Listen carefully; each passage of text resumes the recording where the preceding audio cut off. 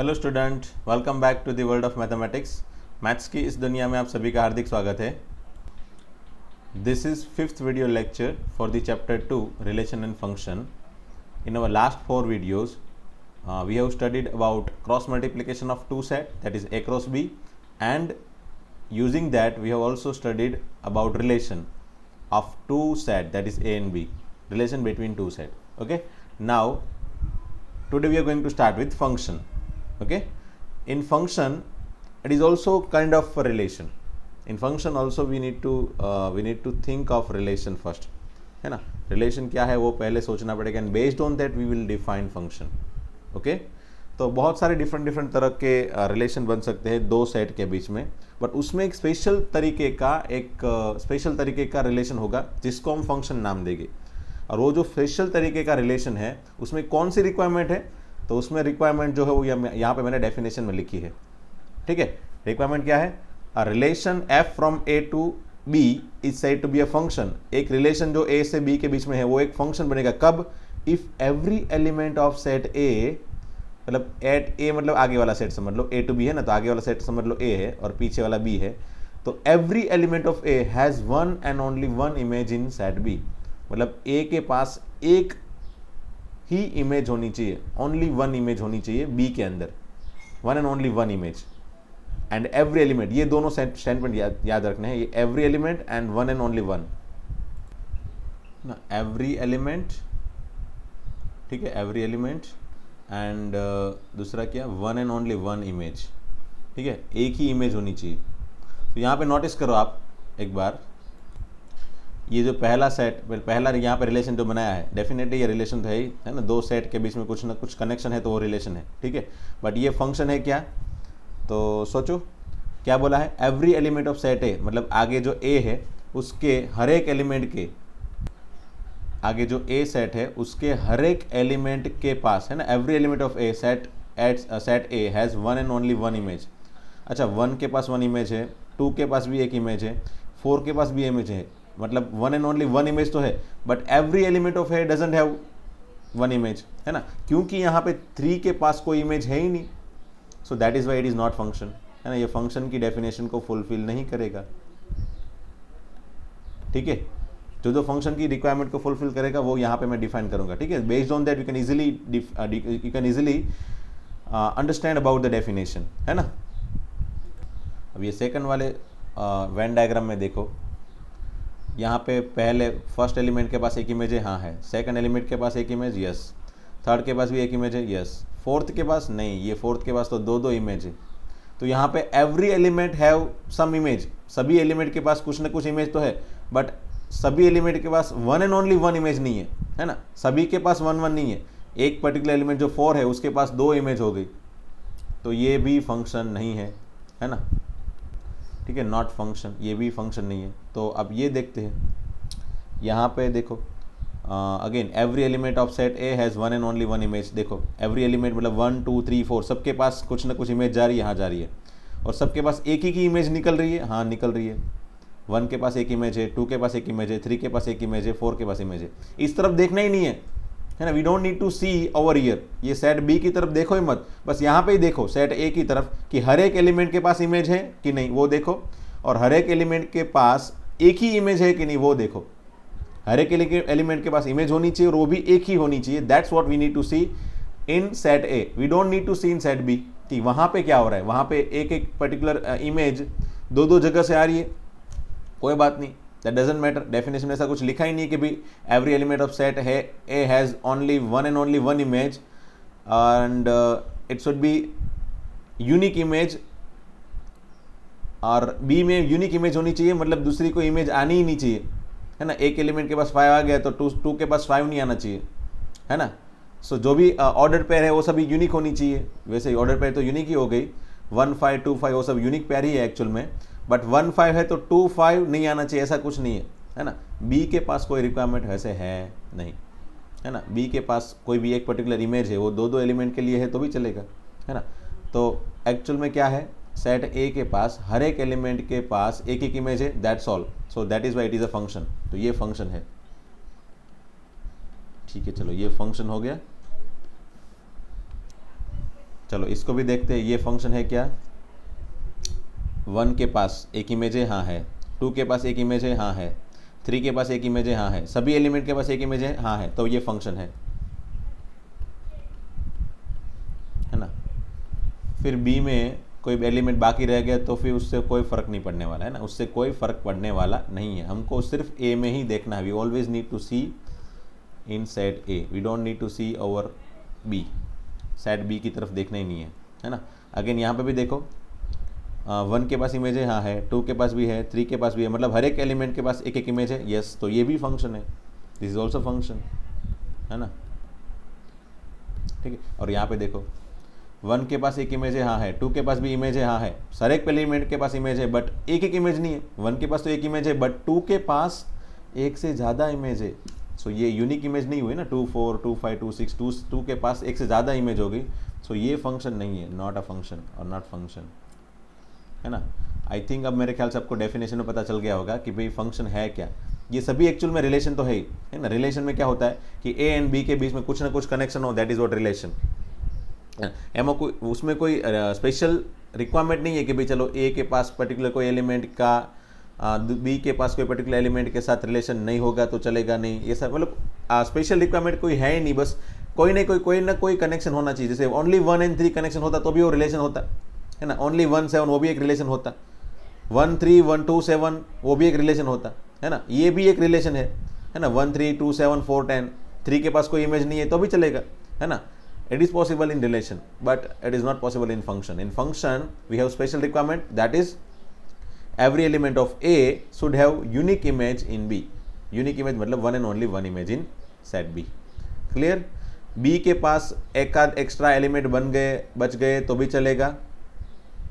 B के पास जो भी इमेज है वो एक से ज़्यादा प्री इमेज के लिए, एक से ज़्यादा एलिमेंट के लिए सिमिलर इमेज आएगी, वो भी चलेगा, है ना। बी की तरफ हमको देखना ही नहीं है, बट ए की तरफ ऐसी रिक्वायरमेंट है कि भाई ए के पास एक एलिमेंट के पास एक इमेज आनी चाहिए और हर एक एलिमेंट के पास इमेज होनी चाहिए।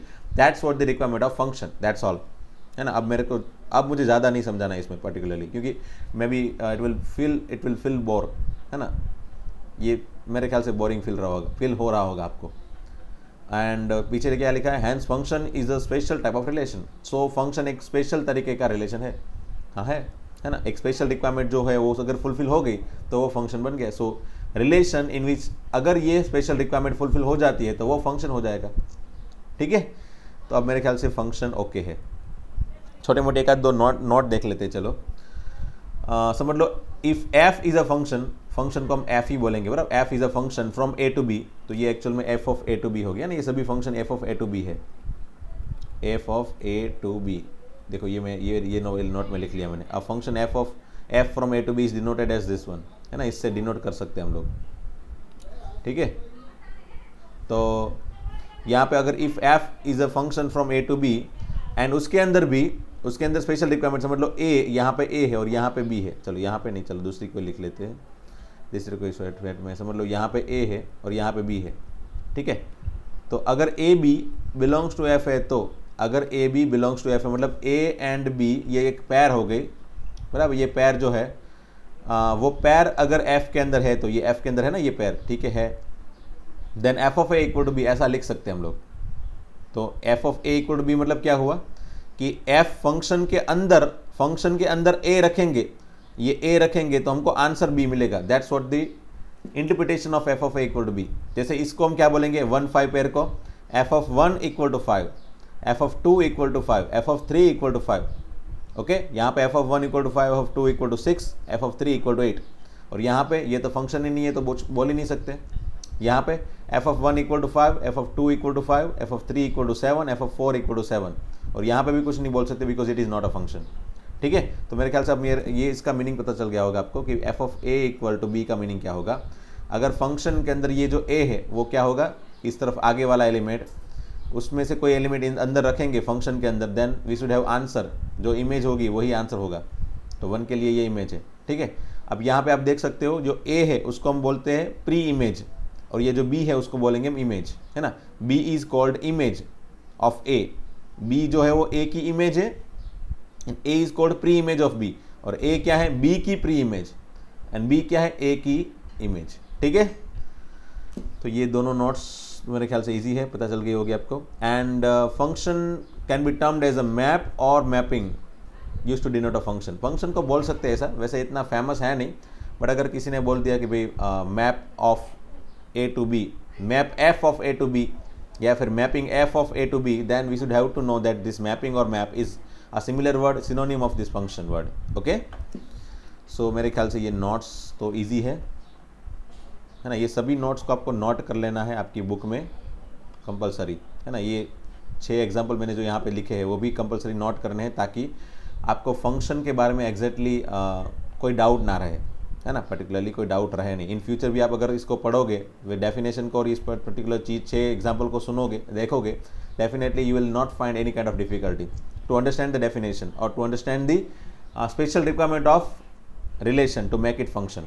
ओके, चलो, डोमेन क्या है, कोडोमेन क्या है, रेंज क्या है, तो मैं सिंपल सादी लैंग्वेज में बोल दूँ तो डोमेन क्या होगा समझ लो। इसमें डोमेन जो आगे है ना उसको डोमेन बोलेंगे, ए को डोमेन बोलेंगे, बी को हम बोलेंगे को डोमेन, पूरी की पूरी बी सेट को हम को डोमेन बोलेंगे। वैसे रिलेशन में वही था, देखो ए में जो एलिमेंट के पास इमेज थी उसको हम वहाँ पे डोमेन बोलते थे, बट यहाँ पे तो सभी एलिमेंट के पास इमेज होनी चाहिए, इसलिए अल्टीमेटली पूरा का पूरा ए हमारा डोमेन है।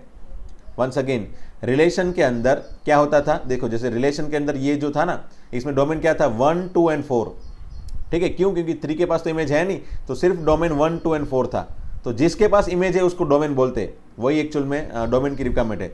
तो फंक्शन के अंदर तो हर एक ए के एलिमेंट के पास रिक्वायरमेंट, हर एक ए के एलिमेंट के पास इमेज होनी चाहिए, that is what the requirement of function, है ना। Every element of A should have image, तो अल्टीमेटली डोमेन क्या होगा, तो पूरा का पूरा ए, क्योंकि सभी एलिमेंट के पास इमेज है, so whole element of A, so B element A के जो है वो सब डोमेन के अंदर है, बराबर।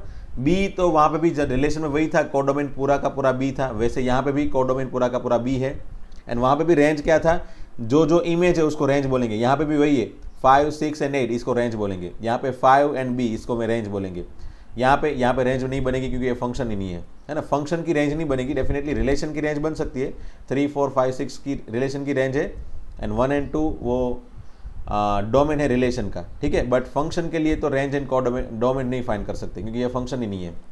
यहाँ पे 1, 2, 3, 4 डोमेन है, 5, 7 रेंज है।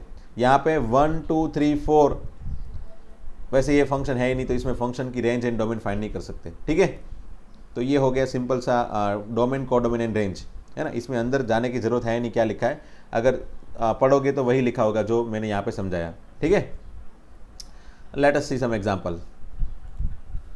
ओके, एग्जांपल नंबर 10 में let N be the set of natural number. Okay, relation R, अच्छा आर के बारे में बातें की है, तो यहाँ पे फंक्शन के बारे में बात नहीं की है, थोड़ी देर के लिए सुनो कि ये आर है। Okay, R is define on N such that R equal to what, X Y, ये पेयर है, वहाँ पे रिक्वायरमेंट क्या है, y इक्वल टू 2x होना चाहिए, और x एंड y कहाँ से लेना है, n में से लेना है। तो चलो r के अंदर क्या क्या आएगा भाई, तो समझ लो x की जगह मैं ले लूँ 1, है ना, x कहाँ से लेना है, नेचुरल नंबर में से लेना ना, तो x की जगह मैं ले लूँ 1, तो y क्या बनेगा भाई, है y equal to 2 into 1 that is 2, so y बन जाएगा 2, ठीक है ना। चलो ये हो गया। फिर अगर मैं x की जगह मैंने 1 ले लिया, फिर x की जगह 2 ले लिया, है ना, ये y की equal to 2, y equal to 4 ऐसा बनता जाएगा ना, क्योंकि डबल है, y क्या है, x का डबल, तो अल्टीमेटली जब x 1 होगा तो y 2 होगा, x 2 होगा तो y 4 होगा, जब x 3 है तो y क्या होगा 6, जब x 4 है तो y क्या होगा 8, ऐसे तो चलते ही जाएगा, क्योंकि पूरा का पूरा n लेना है ना, x की जगह पूरा का पूरा n लेना है, इट मीन्स कि ये तो चलते ही जाएगा। ओके, अब फाइंड क्या करना है, डोमेन। चलो, तो डोमेन क्या होगा भाई, तो डोमेन जो होगा वो क्या होता है भाई, जो आगे है उसको डोमेन बोलते हैं, तो ये आगे क्या क्या है, 1 है, 2 है, 3 है, 4 है, ऐसे चलते ही जाएगा ना, तो पूरा का पूरा डोमेन क्या होगा, 1, 2, 3, 4, 5, 6 up to infinite, that is n, यही डोमेन होगा। फिर को डोमेन क्या होगा, तो को डोमेन मतलब y, है ना, पूरा का पूरा y कहाँ से लेना है, बिलोंग्स टू n, तो y पूरा बिलोंग्स टू n में से लेना है, तो को डोमेन पूरा का पूरा n होना चाहिए, है ना। को डोमेन मतलब ऐसा नहीं कि जो आंसर है वही को डोमेन होगा, आंसर है वो तो रेंज है, को डोमेन तो क्या होगा कि पूरा का पूरा जो y कहाँ से ले सकते हैं, तो y हम ले सकते हैं बिलोंग्स टू n में से, तो y जो है वो कहाँ से ले सकते हैं, n में से ना, तो वो कोडोमेन हो गया, है ना, जहाँ से हम y ले सकते हैं अल्टीमेटली ये जो है वो पूरा का पूरा कोडोमेन होगा, है ना। कभी कभी क्या होता है कि एक आध दो, समझ लो ये एक आध दो एलिमेंट रह गए हैं बाकी, तो कोडोमेन क्या होगा, कोडोमेन तो पूरा का पूरा ही आएगा। जैसे यहाँ पे 1 3 5 ये सब आंसर में नहीं आ रहा है, तो वो सब इमेज नहीं है, बट वो कोडोमेन तो है ही, है ना। 1 2 3 4 5 6 अप टू इनफाइनाइट वो सब कोडोमेन तो है ही, ठीक है। फिर रेंज क्या बनेगा, रेंज बन जाएगी, तो जो आंसर है वो 2 4 6 8 ऐसे सभी एलिमेंट 2 4 6 8 ऐसे डैश डैश डैश कर देंगे, तो ये सभी इवन नंबर जो है वो सभी रेंज के एलिमेंट है, ठीक है। अब ये हो गया, और डोमेन, कोडोमेन एंड रेंज, ये 3 क्वेश्चन हो गए खत्म। Is this relation a function, क्या ये रिलेशन फंक्शन है? तो देखो हर एक एलिमेंट एक्स कहाँ से लेना है, डोमेन कहाँ से लेना है। जैसे मैंने, चलो यहाँ पे एक छोटा सा डायग्राम बना दिया। अब ये वेन डायग्राम से हमने एक्चुअल में रिलेशन फंक्शन को समझा था। तो यहाँ पे एक्स कहाँ से लेना है, तो एक्स लेना है 1 2 3 4 5 6 7 8 9, ये से सब चलता ही जाएगा ना, ये तो पूरा का पूरा एन है। और वाई कहाँ से लेना है, एन में से, ठीक है। तो मैंने ये एक्स एंड वाई को लिख दिया पहले, ठीक है। 9 10 11 12 13 14 ऐसे तो ये भी चलता ही जाएगा, ओके, ठीक है। तो अब देखो 1 के लिए आंसर क्या है भाई, 1 के लिए आंसर है 2, तो 1 के लिए आंसर है 2, 2 के लिए आंसर होगा 4, 3 के लिए आंसर है हाँ 6, 4 के लिए आंसर है हाँ 8 है, 5 के लिए आंसर है क्या, यस 5 के लिए 10 है ना, डबल, 6 के लिए 12, 7 के लिए 14, फिर अगर 8 आगे हम लिखते तो वैसे है तो सही, तो 8 के साथ 16, 9 के साथ 18, ये सब आंसर है, डैश डैश डैश कर दिया, मतलब ऐसा नहीं कि वहाँ ख़त्म हो गया, वो कंटिन्यू चालू है, बराबर। तब नोट क्या किया हमने, फंक्शन कब होगा, तो फंक्शन के लिए मैंने क्या बताया था, ये आगे वाले सेट के हर एक एलिमेंट के पास कुछ ना कुछ इमेज होनी चाहिए, एक ही इमेज होनी चाहिए। तो है क्या, तो यहाँ पे आगे वाले सभी एलिमेंट के पास इमेज तो बनेगी भाई, हाँ, एवरी एलिमेंट ऑफ ए, या फिर हम बोलेंगे यहाँ पे एक्स है, every element of x have image, और सभी एलिमेंट के पास एक एक यूनिक इमेज है, ओनली 1 इमेज है, इसीलिए यहाँ पे हर एक एलिमेंट के पास इमेज है एक्स के और वाई के, बराबर, यूनिक पेयर बन रही है, मतलब ये फंक्शन है ना। हर एक element, every element of A has only 1 image in B और why, that's why it is a function.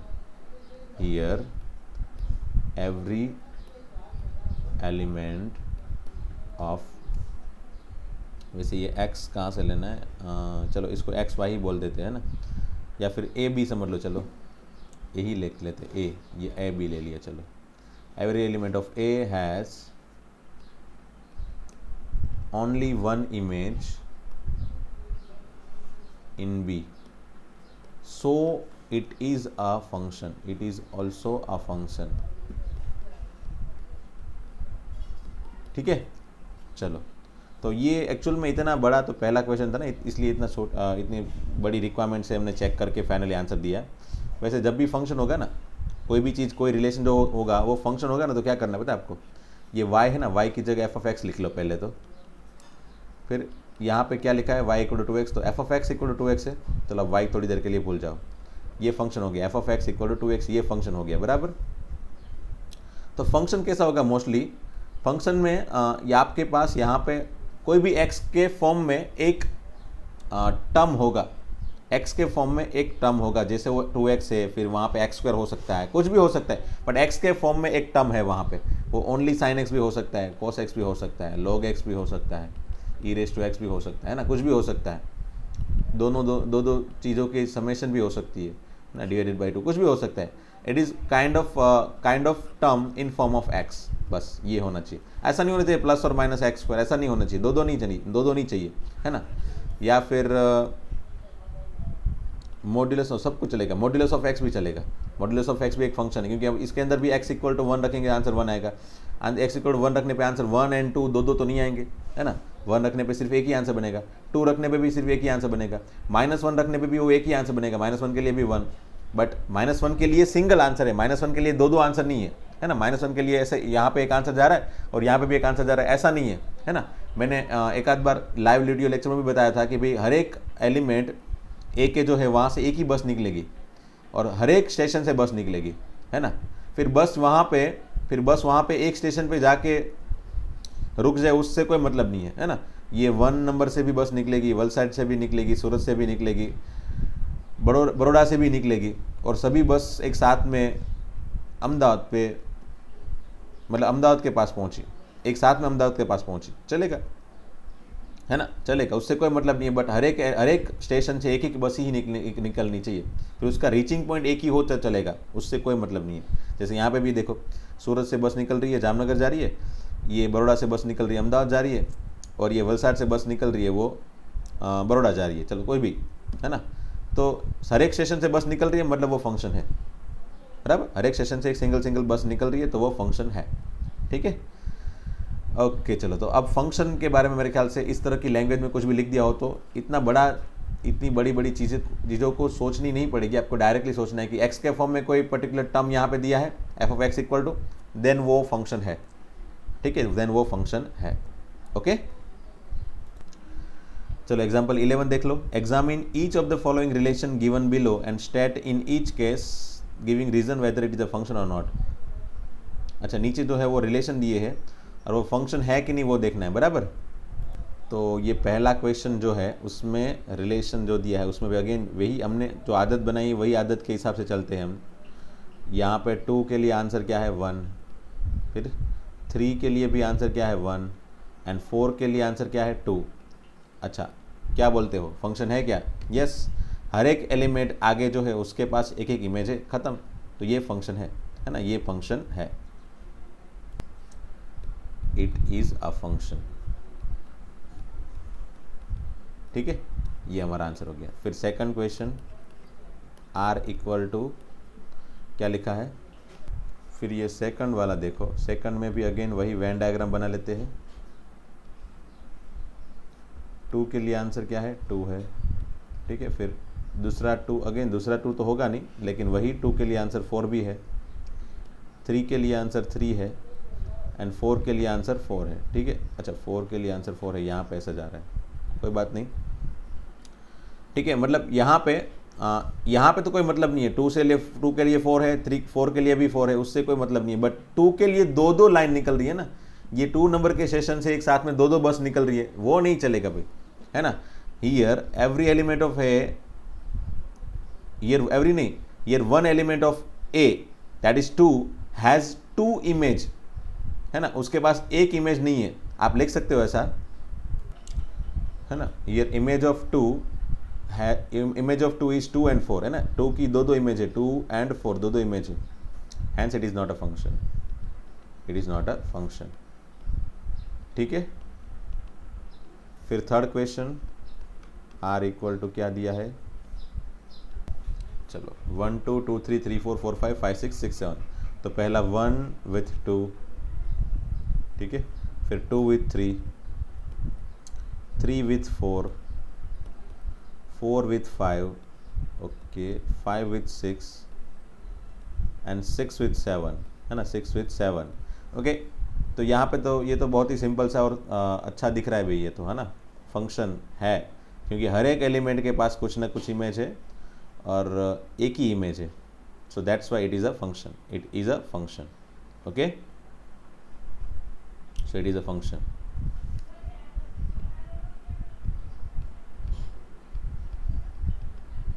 Okay, तो based on those question, those example, let me give you exercise, ये question number 1 of exercise 2.3 in homework, है ना, आपको ये homework में दे रहा हूँ, ठीक है। क्या लिखा है, फंक्शन है कि नहीं, which of the following relation are function, कौन से रिलेशन फंक्शन है उसका रीज़न देना है, जैसे हमने आगे दिया था। If it is a function then उसकी डोमेन एंड रेंज फाइंड करो, है ना, डोमेन एंड रेंज फाइंड करना भी मेरे ख्याल से कोई दिक्कत नहीं होगा, डोमेन एंड रेंज फाइंड करना ईजी है। अगर ये फंक्शन है तो ये डोमेन है, 2 3 4 तो डोमेन है एंड रेंज 1 2 है, जैसे यहाँ पे 1 2 3 4 5 6 ये डोमेन है, 2 3 4 5 6 7 रेंज है ना। को डोमेन भी पूछा होता तो को डोमेन यही यहाँ पे इक्वल ही होता, को डोमेन भी 2 3 4 5 6 7 ही होता, क्योंकि को डोमेन में भी पूरा का पूरा बी होना चाहिए एंड रेंज जिसके लिए जो इमेज बन जाएगी वो सब रेंज है। जैसे कभी कभी को डोमेन एंड रेंज इक्वल नहीं होती, जैसे यहाँ पे यहाँ पे रेंज बोलेंगे तो 2, 4, 6, 8 ये सब रेंज है ना, सभी इवन नंबर। बट कोडोमेन क्या है, पूरा का पूरा n, 1, 2, 3, 4, 5, 6, 7, 8, 9, 10 अप टू इनफाइनाइट। तो पूरा का पूरा n जो है वो कोडोमेन है, बट रेंज जो है वो सिर्फ 2, 4, 6, 8 है ना। तो जैसे मैंने रिलेशन में बताया था कि हमेशा ही रेंज जो होगी वो किसकी होगी, कोडोमेन की सबसेट होती है। रेंज जो है always, it is always subset और इक्वल टू कोडोमेन, है ना। जैसे यहाँ पे रेंज जो है वो कोडोमेन का सबसेट है, रेंज के सभी एलिमेंट कोडोमेन के अंदर है, और कभी कभी रेंज एंड कोडोमेन इक्वल होगा, जैसे ये वाले क्वेश्चन में रेंज भी 1, 2 है एंड कोडोमेन भी 1, 2 है। जैसे ये वाले क्वेश्चन में रेंज भी 2, 3, 4, 5, 6, 7 एंड कोडोमेन भी 2, 3, 4, 5, 6, 7। ओके, तो एक्सरसाइज 2.3 का क्वेश्चन नंबर 1 होमवर्क में, ठीक है। फिर question number 2, find domain and range of the following real function. अच्छा, रियल फंक्शन मतलब क्या होता है कि इसके अंदर हम x की जगह पे r की कोई भी वैल्यू रख सकते हैं, है ना, r की कोई भी वैल्यू रख सकते हैं, ठीक है। तो रियल फंक्शन में अल्टीमेटली डोमेन जो होगा वो खुद r होगा या फिर r का कोई सबसेट होगा, है ना, मतलब r में से छोटा सा कोई पार्ट, जैसे ओनली 1, 2, 3, 4, 5, 6 वो भी एक r का एक पार्ट है, या फिर 1 से लेके 5 तक के सभी अंदर बीच वाले सभी एलिमेंट वो भी एक r का पार्ट है। सो अल्टीमेटली रियल फंक्शन मतलब r पूरा का पूरा x की जगह ले सकते हो, मतलब पूरा का पूरा एज अ डोमेन ले सकते हो, अगर ले सकते हो तो, या फिर उसका subset, that is what real function है ना। रियल फंक्शन में हम रियल नंबर ही ले सकते हैं या फिर उससे छोटे वाले उसके सबसेट। मतलब कहने का मतलब है कि रियल नंबर से बाहर के नंबर, जैसे कॉम्प्लेक्स नंबर जो है वो नहीं ले सकते। अल्टीमेटली रियल फंक्शन में as a value of x as a domain we can not take imaginary number, है ना, जो रियल नहीं है वो सब नंबर नहीं ले सकते, सिर्फ रियल नंबर ले सकते हैं। ओके, सिर्फ रियल नंबर ले सकते हैं, that is what real function. Okay, अब इसमें डोमेन, पर्टिकुलरली डोमेन क्या होगा, जिस पर्टिकुलर नंबर से ये फंक्शन डिफाइन हो सकता है। डिफाइन हो सकता है मतलब जिस पर्टिकुलर नंबर से ये फंक्शन के लिए इमेज बन सकती है। जैसे अगर मैं x की जगह 1 रखूँ तो चलेगा क्या, हाँ चलेगा जी, x के लिए आंसर बन सकता है। जैसे अगर x की जगह 1 रखूँगा तो आंसर क्या बनेगा, -1, है ना, -1। अगर x की जगह 2 रखूँगा तो क्या होगा भाई, minus of mod 2, that is minus, और mod 2 को सिर्फ 2 लिख सकता हूँ ना, तो -2। x की जगह 3 रखूँगा तो आंसर मिलेगा, हाँ मिलेगा।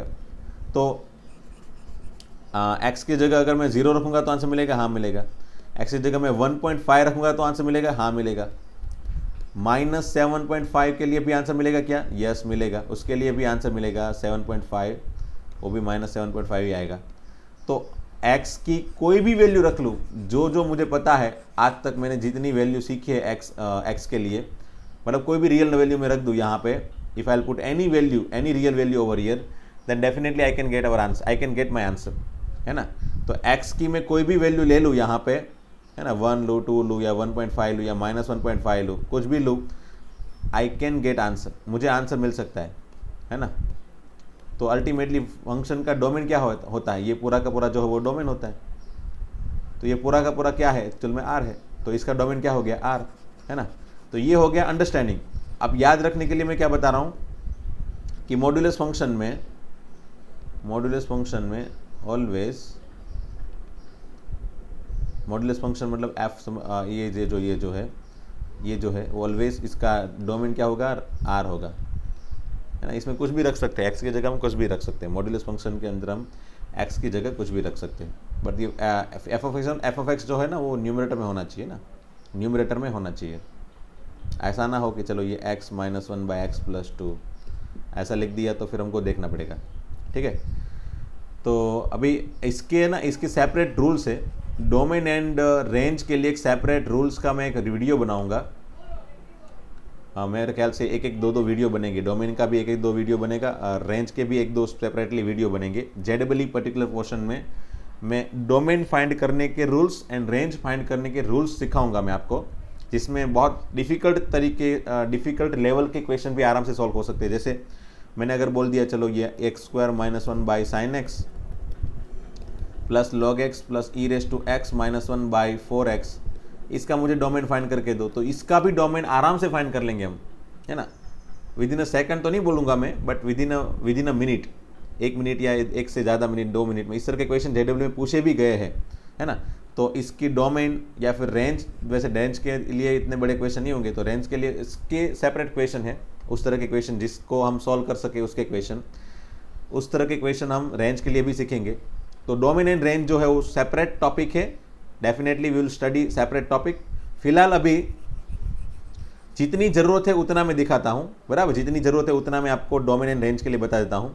तो पहले वाले क्वेश्चन में डोमेन क्या होगा भाई, तो डोमेन जो होगा वो एक्स की कोई भी वैल्यू ले सकते हो, तो डोमेन आर है।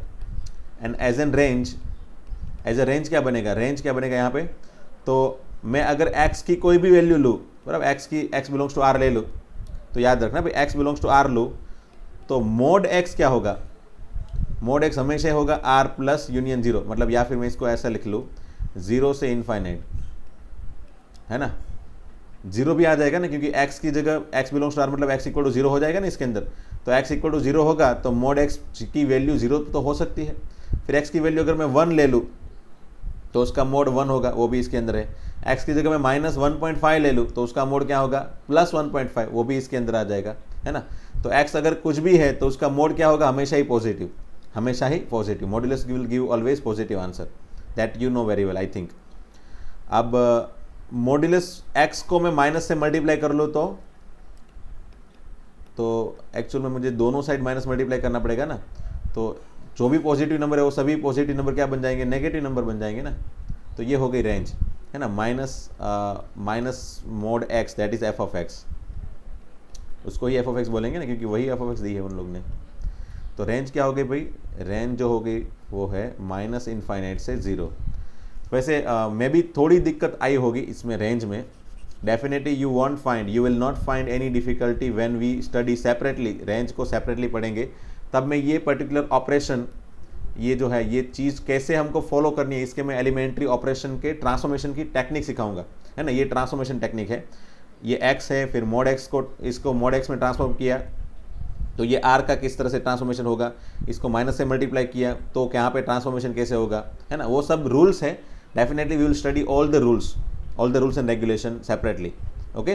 फिलहाल इतना याद रखो कि रेंज इस तरह से फाइंड हो सकती है, एंड डोमेन तो डायरेक्टली मैंने बता दिया, उस हिसाब से x कुछ भी ले सकते हैं इसलिए r, ठीक है। अब सेकंड क्वेश्चन देखो, तो इसके लिए डोमेन क्या होगा भाई, पहले तो डोमेन के लिए, तो डोमेन मतलब अल्टीमेटली ये फंक्शन कब डिफाइन होगा, है ना, फंक्शन में आंसर कब बन सकता है, एक्स की कौन सी वैल्यू लेंगे तब आंसर बनेगा, मतलब एक्स की कौन सी वैल्यू नहीं ले सकते अल्टीमेटली।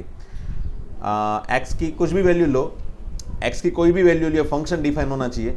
तो फंक्शन को डिफाइन करने के लिए मुझे 9 माइनस एक्स स्क्वायर जो है ना, 9 माइनस एक्स स्क्वायर, वो हमेशा ही पॉजिटिव रहना चाहिए। ऐसा कुछ एक्स लूँ ताकि ये पॉजिटिव रहे, या फिर जीरो हो सके, वो जीरो होगा तो चलेगा, बट जीरो से छोटा नहीं चलेगा, है ना।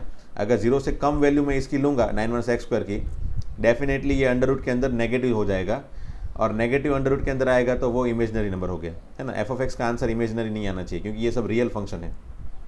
So definitely 9 minus x square always क्या होना चाहिए, पॉजिटिव, है ना। तो ये डोमेन में याद रखना है कि अंडर रूट के अंदर जो भी है उसको पॉजिटिव रखो टू फाइंड डोमेन, ठीक है। फिर एक्स स्क्वायर को उस तरफ लेके जाओ, ठीक है। अब इसको मैंने उल्टा लिख लिया, एक्स स्क्वायर को आगे लिख लिया, 9 को पीछे लिख लिया, तो ये इनइक्वलिटी भी चेंज हो जाएगी, है ना। किस तरफ मुंह खुला है, यहाँ पे 9 की तरफ मुंह खुला है, तो इस तरफ भी, यहाँ पे भी 9 की तरफ मुंह खुला होना चाहिए, देखो, है ना। मुंह खुला मतलब ये जो है ना, ये इस तरफ की साइड, वहाँ पे ओपन माउथ है ना, और यहाँ पे बैक है, ठीक है।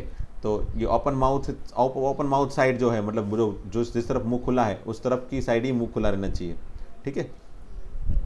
अब अगर x square less than equal to 9 है, तो मैंने ख्याल से मैंने एक आध लेक्चर में कहीं भी दिखाया था कि अगर x square less than equal to 9 है तो एक्स क्या होना चाहिए, एक्स होना चाहिए -3 से 3, है ना। आप चेक करना चाहते हो तो कर सकते हो। अगर एक्स की वैल्यू -3 से, 9 मतलब क्या होता है, 9 का स्क्वायर रूट 3 होगा ना, तो -3 भी हो सकता है। एक्स स्क्वायर इक्वल टू 9 होता, सपोज, याद रखने के लिए बता रहा हूँ, एक्जैक्टली ये टेक्निक नहीं है, तो एक्स इक्वल टू प्लस और -3 होता, है ना। तो यहाँ पे मैंने क्या किया कि प्लस और -3 लिख लिया पहले, ठीक है। अब आंसर या तो 3 से बड़ा और -3 से छोटा ये वाला आएगा, या फिर आंसर ये वाला आएगा, ठीक है, बीच वाला। जब भी यहाँ पे इनइक्वलिटी हो तब आंसर क्या तो 3 से बड़ा एंड -3 से छोटा या फिर बीच वाला, है ना। इनइक्वलिटी को निकालने के लिए, मतलब ये लेस देन और इक्वल टू निकालने के लिए जब भी स्क्वायर रूट करेंगे तब। वैसे ये भी ट्रांसफॉर्मेशन टेक्निक है, we will study separately in ZEE lecture whenever we find range, है ना। जब रेंज फाइंड करने के लेक्चर सीखेंगे तब ये सेपरेटली मैं वापस सिखाऊंगा एक बार। और x को लेस देन इक्वल टू 9, तो x की वैल्यू -3 से 3 के बीच में आ रही है कि नहीं आ रही है वो चेक करने के लिए इसके बीच की वैल्यू ले लो। 0 ले लिया, चलो सेटिस्फाई हो रहा है, हाँ हो रहा है। 1 ले लिया, सेटिस्फाई हो रहा है, हाँ हो रहा है। -1 भी हो रहा है, -2 भी हो रहा है, मतलब -3 से 3 के बीच में जो भी वैल्यू है वो सब सेटिस्फाई होगी। तो ये हो गई रेंज, सॉरी ये हो गया डोमेन। एंड रेंज के लिए, तो रेंज के लिए आंसर क्या बनेगा, रेंज में मुझे f(x) की वैल्यू फाइंड करनी है ना। f(x) की वैल्यू क्या होगी, वो रेंज है। तो सबसे पहले तो मैंने क्या बताया, x जो है वो -3 से 3 के बीच में है, बेस्ड ऑन दैट 9 - x पर ये है। तो अल्टीमेटली f(x) की वैल्यू आएगी क्या, हमेशा ही पॉजिटिव आएगी, है ना। हमेशा ही क्या आएगी, पॉजिटिव। तो रेंज क्या हो गई, अंडर रूट हमेशा कैसा आंसर देगा, हमेशा ही पॉजिटिव आंसर देगा ना। अंडर रूट के अंदर कुछ भी हो, it will always give positive answer और 0 आंसर, है ना। So definitely under root of 9 - x² will give always positive answer 0 से इनफाइनाइट। जैसे मॉड्यूलस हमेशा ही पॉजिटिव आंसर देता है, वैसे ही अंडर रूट ऑफ 9 - x² हमेशा ही पॉजिटिव आंसर देगा, है ना। मॉड्यूलस हमेशा ही पॉजिटिव आंसर देता है, वैसे ही ये हमेशा ही पॉजिटिव आंसर देता है, क्योंकि अंडर रूट के अंदर कुछ भी लिख लो always it will give positive answer, है ना। यहाँ पे -6 -7 तो लिख ही नहीं सकते, 1.5 लिखा तो भी इसका आंसर तो पॉजिटिव ही आएगा। So under root will give always positive answer, hence f(x) always belongs to 0 से infinite. Again we will study separately this range topic of range in ZEE portion, so that's why अभी मैं यहाँ पे detailed में नहीं जा रहा हूँ, है ना। अभी मैं सिर्फ अभी बता रहा हूँ कि ये कैसे होगा सॉल्यूशन, है ना। ठीक है, तो क्वेश्चन 1 और 2 इस तरह से हो सकता है। क्वेश्चन 3 में write down the value of this one. चलो मैं फटाफट से वैल्यू फाइंड कर लेता हूँ। f(0) क्या होगा भाई, x की जगह 0 रखो, चलो क्या होगा 2 × 0 - 5, क्या होगा 2 × 0 - 5, क्या होगा 0 - 5 विच इज़ -5। फिर f(7) की वैल्यू 2 × 7, है ना, x की जगह 7 रख लो, तो ये हो गया 7 × 2 = 14 - 5 विच इज़ 9। एंड x की जगह -3 रख लो, f(-3) इक्वल टू, तो x की जगह -3 रखो यहाँ पे, तो 2 × -3 - 5 विच इज़ -6 - 5 -11, ख़त्म। एंड ये T ऑफ C है, बराबर, T of C, F of C हो या T ऑफ C हो, उससे कोई मतलब नहीं है। C के फॉर्म में कोई फंक्शन, है ना। f ऑफ x लिखा है, मतलब क्या हुआ कि x के फॉर्म में कोई एक फंक्शन, x के फॉर्म में कोई एक टर्म जिसमें x के फॉर्म में ही सब रिलेशन दिए हो, है ना, उसमें x के सिवा कुछ है ही नहीं वहाँ पे। यहाँ पे C के फॉर्म में सब कुछ दिया है, ठीक है। मुझे C की जगह 0 रखना है, T ऑफ 0 फाइंड करने के लिए, T ऑफ 28 फाइंड करने के लिए C की जगह 28 रखो, यहाँ पे -10 रखने पे आंसर मिल जाएगा।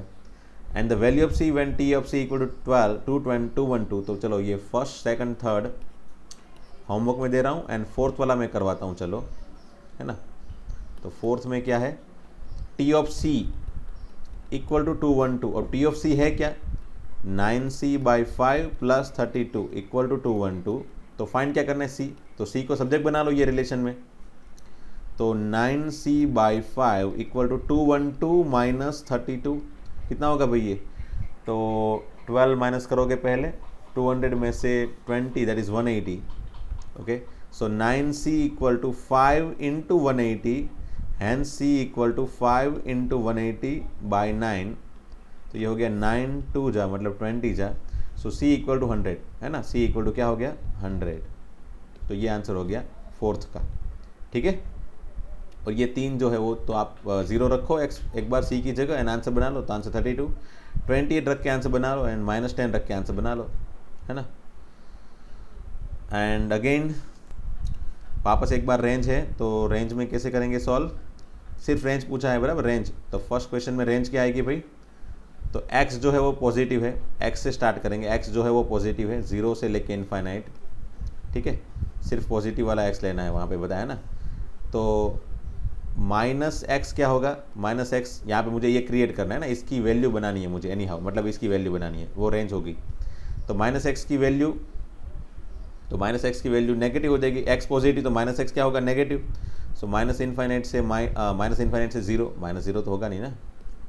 फिर इसमें 3 मल्टीप्लाई करने पे कोई फ़र्क नहीं पड़ने वाला है, इसमें पूरे में 3 मल्टीप्लाई करो तो ये वही रहेगा, एंड इसमें 2 ऐड कर दो, तो माइनस इन्फाइनाइट में 2 ऐड करोगे तो कोई फ़र्क नहीं पड़ने वाला, 0 में 2 ऐड करोगे तो ये 2 हो गया, तो ये हो गई रेंज, है ना, ये हो गई एफ ऑफ एक्स की रेंज माइनस इन्फाइनाइट से 2।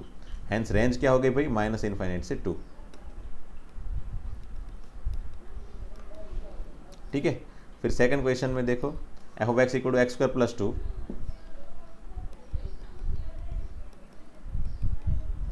तो x क्या है, बिलोंग्स टू r, x जो है वो रियल नंबर में से कुछ भी ले लो, x बिलोंग्स टू r, तो x स्क्वायर क्या होगा भाई, x स्क्वायर हमेशा ही पॉजिटिव आंसर देगा, तो पॉजिटिव आंसर मतलब पॉजिटिव एंड जीरो देखा है क्या, जीरो को एक बार चेक कर लेना है हमेशा ही, पॉजिटिव के साथ में जीरो है या नहीं, तो x इक्वल टू जीरो रखने पे x और क्या देगा, जीरो देगा ना, सो जीरो भी पॉसिबल है, तो जीरो से इन्फाइनाइट, ठीक है, इन्फाइनाइट के पास हमेशा ओपन ब्रैकेट रखना है, वो आपको हमेशा ही याद रहना चाहिए, है ना, क्योंकि इन्फाइनाइट जैसी कोई चीज़ है नहीं, we can not take infinite value. So x square हो गया जीरो से infinite, and x square plus 2, इसमें 2 ऐड कर लो दोनों साइड, तो ये 2 इसमें ऐड करने पे, जीरो में 2 ऐड करने पे 2, और इन्फाइनाइट में 2 ऐड करने पे कुछ नहीं बनेगा, इन्फाइनाइट ही बनेगा। हैंस एफ ऑफ एक्स जो है वो हमारा क्या हो गया, 2 से इन्फाइनाइट, सो रेंज हो गई 2 से इन्फाइनाइट।